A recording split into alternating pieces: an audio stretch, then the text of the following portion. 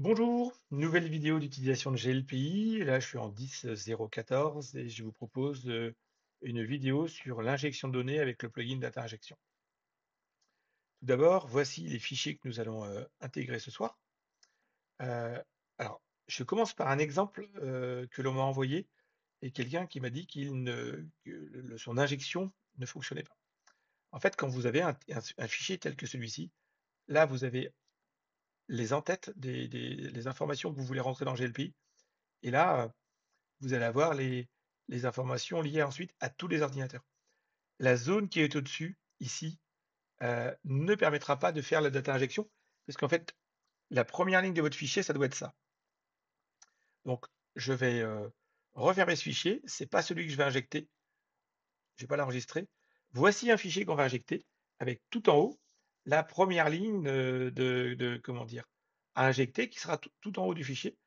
Et après, ici, des informations concernant 150 ordinateurs. Voilà. Et on pourra même avoir, si on le souhaite, le budget sur lequel les ordinateurs ont été achetés, la date d'achat, la date de livraison, le fournisseur et la valeur de l'ordinateur. Je n'enregistre pas, mon fichier sera prêt. Je vous ai parlé d'un petit fichier Excel à injecter. Ben voilà, j'aurai un petit fichier là avec une première ligne qui correspondra aux en-têtes, aux champs que je vais rentrer dans GLPI, et ensuite les informations liées à mes 8 ordinateurs. Je n'ai pas besoin de l'enregistrer. Et pour finir, ici, un fichier avec des identifiants, des noms de personnes, des lieux de bureau. Donc là, on a quand même 130 130 personnes avec 130 numéros de bureau. Et tous les bureaux seront créés avec les personnes dans les bons bureaux. Donc, injection de fichiers intéressante suite à l'aménagement d'un nouveau bâtiment avec des personnes. Je rappelle que je suis formateur GLPI. Si vous êtes intéressé par les formations, n'hésitez pas à aller voir la page LinkedIn. Je viens alors, c'est un parc, j'ai fait le ménage, il n'y a pas de PC et si je vais voir les lieux, il y a quelques lieux. Allez, supprimons tous les lieux. Ah oui, il y a déjà du matériel, donc c'est pas grave, c'est une plateforme de démo.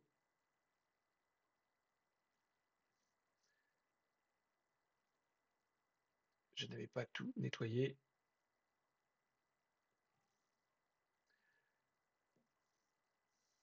Donc ça, c'est du direct, même si vous le regardez en différé. Donc voici, donc là, les intitulés, je n'ai pas de lieu et on va voir tout à l'heure comment toutes les informations ont été injectées depuis Data Injection. Donc Data Injection, il est dans les plugins, il a bien été installé. Et donc, je le retrouve ensuite dans les outils, outils Data Injection. Ici, c'est la partie d'injection. Je vais, moi, aller voir la partie des modèles et je vais créer un modèle. Alors, injection, ordinateur, fichier simple.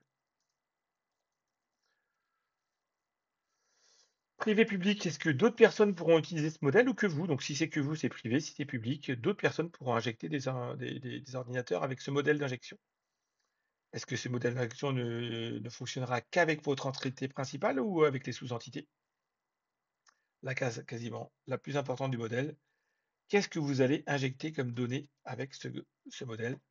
Moi, ce sont des ordinateurs et vous allez voir que c'est une forte importance pour la suite. Je pourrais créer une nouvelle ligne, mettre à jour des lignes dans la table dans les ordinateurs.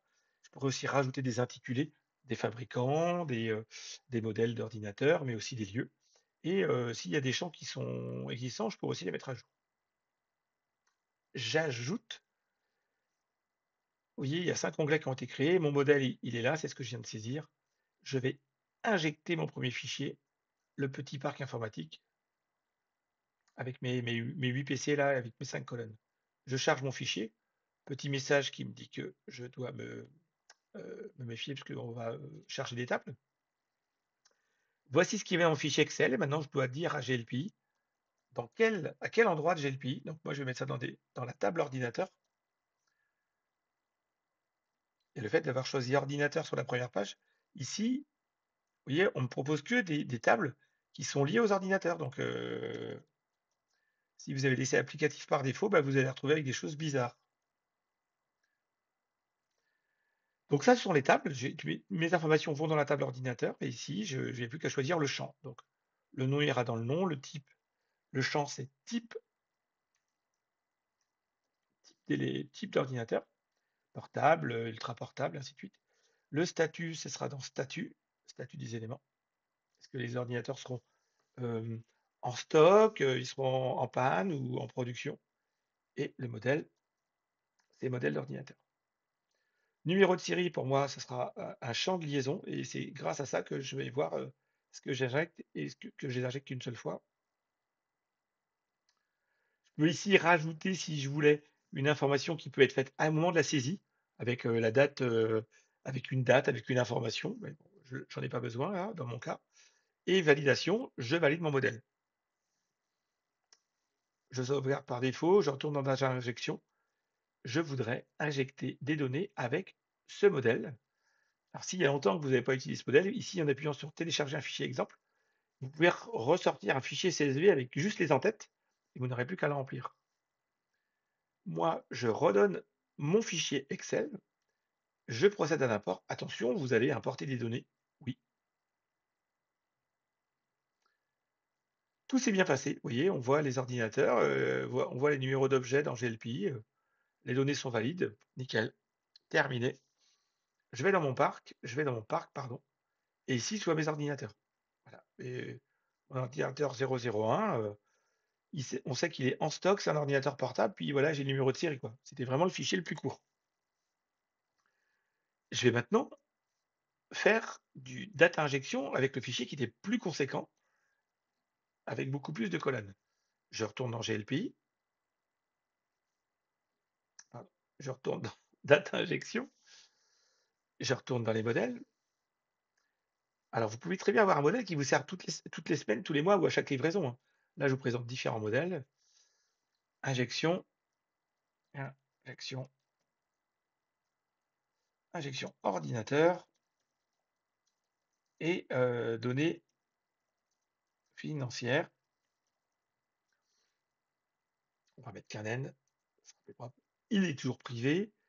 Je l'accepterai sur mes autres sous-entités. Ici, je précise que c'est bien un ordinateur. Création des lignes, oui. Mise à jour des lignes, oui. Gestion des intitulés, oui. Mise à jour des champs existants, oui. Je crée mon modèle comme ça. Les informations sont bien là. Fichier injecté. Je vais lui donner le fameux fichier avec toutes les informations financières. Il y a beaucoup plus d'informations et donc il faut que pour chacune de ces colonnes de mon fichier Excel, je lui dise dans quelle table et dans quel champ je vais les mettre. C'est parti. Donc là,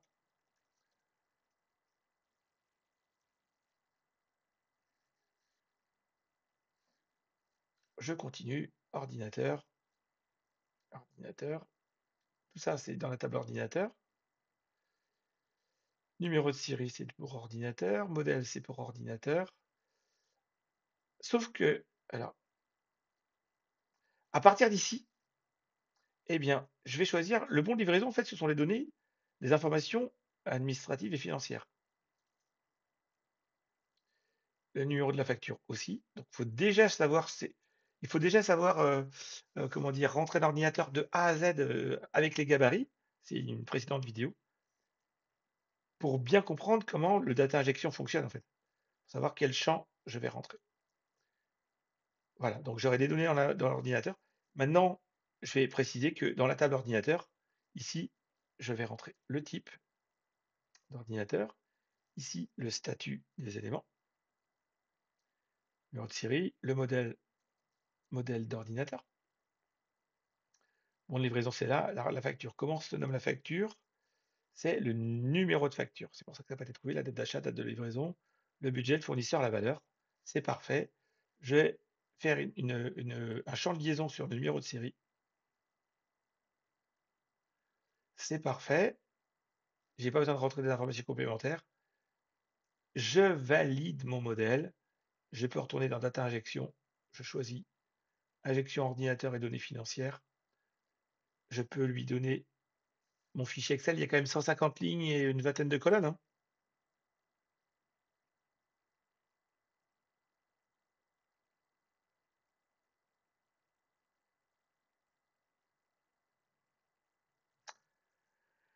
C'est terminé. Je peux retourner voir mon parc avec mes ordinateurs.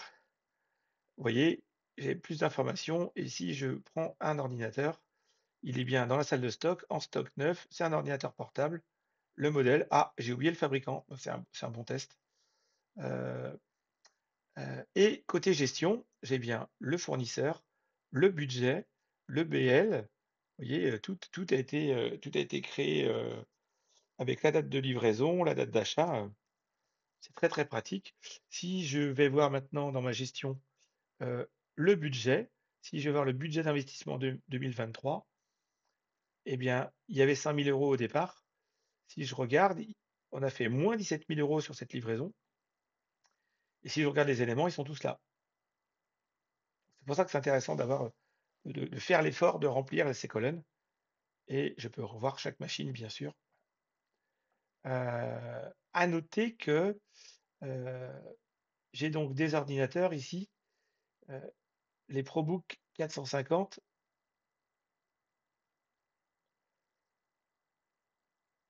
les ProBook 450, et si je vais voir XPS, bien c'est pareil, mon tableau, je n'avais pas mis. Donc, petite requête, ça n'a rien à voir avec data injection, mais le modèle, le modèle est le modèle, j'ai dit que c'est du 400 G10, j'ai donc 147 ordinateurs et je vais tous les modifier parce que j'ai oublié dans mon fichier le fabricant. Et le fabricant, ce sera HP. Voilà. Comme ça, tous mes ordinateurs ont été mis à jour. Et je vais aller chercher l'IXPS 17. J'en ai un peu moins, mais action, modifier, fabricant. En fait, on fait de l'injection pour éviter ce type de désagrément. Voilà. Donc, préparez votre. Le plus simple, parfois, c'est de créer un premier ordinateur. Euh, c'est de donner toutes les informations sur cet ordinateur. Ensuite, préparez ici les colonnes que vous voulez voir affichées. Et puis de faire un export avec fichier en CSV et vous pourrez avoir toutes vos colonnes, quoi. J'ai une dernière injection à faire. C'est les différentes personnes, la population. Là, un de mes clients ne souhaite pas que je sois connecté à son AD. Et donc, il me propose d'ajouter injection fichier utilisateur. Privé public, on l'a déjà vu. Moi, je vais rendre ça disponible pour les sous-entités. Attention, ce sont des utilisateurs que je vais rentrer. Donc, comme ça, GLPI dans le modèle va me proposer des champs et des tables liés aux utilisateurs. Je peux mettre à jour, mettre tous les champs existants, mettre en ligne. C'est OK. Je parcours. Je lui donne mon fichier utilisateur. Je charge mon fichier. Et donc, identifiant nom, prénom, lieu, courriel. J'ai plus qu'à prendre la bonne table. Donc là, c'est facile pour les utilisateurs, il n'y a qu'une seule table. Et vu que j'avais prévu les bons noms, ça se fait très rapidement. Je vais faire une clé sur l'identifiant. Je sauvegarde. Je n'ai pas de table à rajouter. Je peux valider mon modèle d'injection. Je reviens dans Data Injection. Je lui donne le fichier d'injection.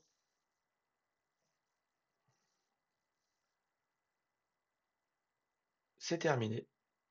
Je peux aller voir maintenant ma partie administration utilisateur avec tous les nouveaux bureaux qui sont rentrés. Donc, il y avait quelques personnes avant qui ont été créées. Vous voyez, ils ont été créés en 15 mars 2023. C'est pour ça qu'il y a des personnes qui ne sont pas comme les autres. Pas d'adresse mail, par exemple.